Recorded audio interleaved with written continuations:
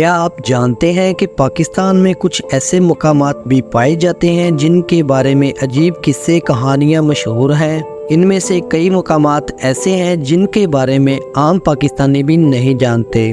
آج کی ویڈیو میں ہم پاکستان کے چند ایسے پر اسرار مقامات کے بارے میں جانیں گے جن میں سے کئی ایک کے بارے میں آپ پہلے نہیں جانتے ہوں گے۔ 7R Speaks کی ویڈیو میں ایک بار پھر سے خوش آمدید۔ نمبر 1، شہر روغان۔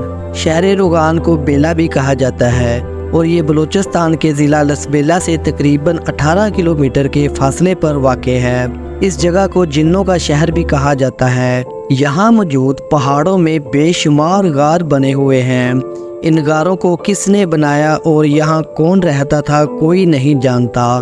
آرکیولوجسٹ کا کہنا ہے کہ یہ غار تقریباً 1300 سال تک پرانے ہو سکتے ہیں۔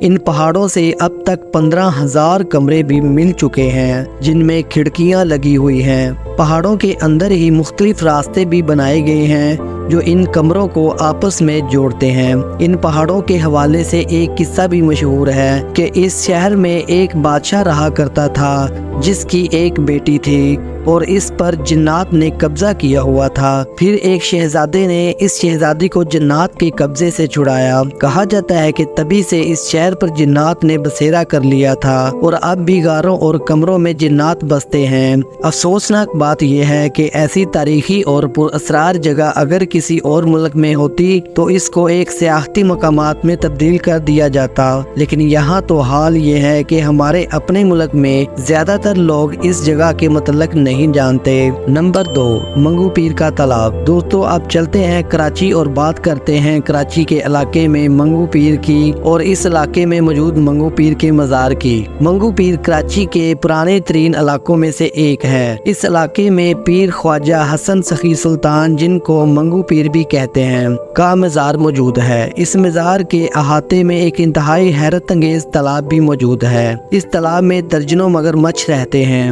ان کو پاکستان میں مگرمچھوں کی سب سے بڑی رہائش گاہ کہا جائے تو غلط نہیں ہوگا۔ ان مگرمچھوں کے مزار میں رہنے والے لوگ ان کے پاس جا کر کھانا کھلاتے ہیں اور حیرت انگیز طور پر کسی بھی انسان پر یہ حملہ نہیں کرتے۔ کہا جاتا ہے کہ پیر خواجہ حسن سخی سلطان 13ویں صدی میں عراق سے اس جگہ پر پہنچے تھے۔ اس وقت کراچی میں چھوٹے چھوٹے گاؤں ہوا کرتے تھے جہاں مچھیرے رہا کرتے تھے۔ پھر خواجہ حسن سخی سلطان نے اس تالاب کے ساتھ رہنے کا فیصلہ کیا جہاں درجنوں مگرمچھ پہلے سے موجود تھے۔ یہ مگرمچھوں کو ان کے بیچ جا کر کھانا بھی کھلایا کرتے تھے، لیکن یہ پر اسرار مگرمچھ کہاں سے آئے اس سلسلے میں کئی تھیوریز پیش کی جاتی ہیں۔ کچھ لوگوں کا کہنا ہے کہ یہ جوئیں ہوا کرتی تھی اور پیر منگو نے ان کو مگرمچھ بنا دیا اور اس طرح کی کئی کہانیاں مشہور ہیں، لیکن سائنسدانوں کا کچھ اور ہی کہنا ہے۔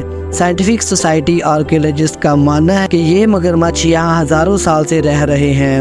یہ تالاب ہزاروں سال پہلے آنے والے ایک سیلاب کے نتیجے میں بنا تھا اور یہ مگرمچھ اسی سیلاب میں بہتے ہوئے اس جگہ پر پہنچے تھے اور پھر ان کے بچے ہوئے اور پھر ان کے بچے ہوئے۔ اس طرح یہ مگرمچھ اس تالاب میں ہی بس گئے۔ اب یہ مگرمچھ اس مزار میں رہنے والے لوگوں سے اتنے مانوس ہو چکے ہیں کہ کبھی کسی مگرمچھ نے ان پر حملہ نہیں کیا۔ یہ مگرمچھ ہر طرح کا کھانا کھا لیتے ہیں جن میں حلوہ تک شامل ہے۔ نمبر 3، چوکھنڈی کا قبرستان۔ چوکھنڈی کا قبرستان کراچی سے تقریباً 29 کلومیٹر کے فاصلے پر ہے۔ اس قبرستان کو 15ویں صدی سے 18ویں صدی کے درمیان میں بنایا گیا تھا۔ چوکھنڈی کا مطلب ہے چار کونے والی۔ کہا جاتا ہے کہ اس قبرستان کو چوکھنڈی اس لیے کہتے ہیں کیونکہ قبر کے بھی 4 کونے ہوتے ہیں۔ اس قبرستان میں کئی نامور لوگ دفن ہیں جن میں اپنے وقت کے بڑے راجہ بزرگ اور نامور لوگ شامل ہیں، لیکن اس قبرستان کے حوالے سے ایک اور انتہائی دلچسپ بات بھی مشہور ہے اور وہ یہ ہے کہ یہ جگہ اسیب زدہ ہے